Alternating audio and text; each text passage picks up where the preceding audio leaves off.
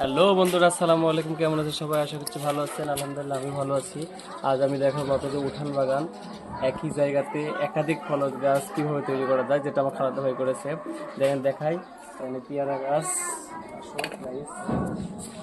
এখানে মালটা গাছ, মালটা ধরে আছে দেখেন। এই যে ছোট ছোট অনেক ধরছে।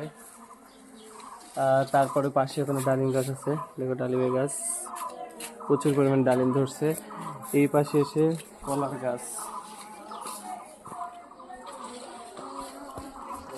কত বড় কলার ক্যান, অনেক বড় কলার ক্যান, অনেক কলা ধরছে। পাশে এসে আবার আম গাছ। চলো তো আম গাছ দেখাই। এই যে আম গাছ, অনেক সুন্দর আম। আমটা খাইতে খুব সুস্বাদু হবে।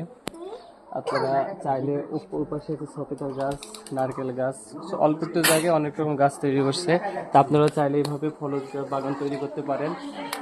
এভাবে একই অল্প জায়গাতে বিভিন্ন রকম ফলের গাছ তৈরি করে বিভিন্ন রকম ফল আপনারা এক জায়গা থেকে খাইতে পারবেন।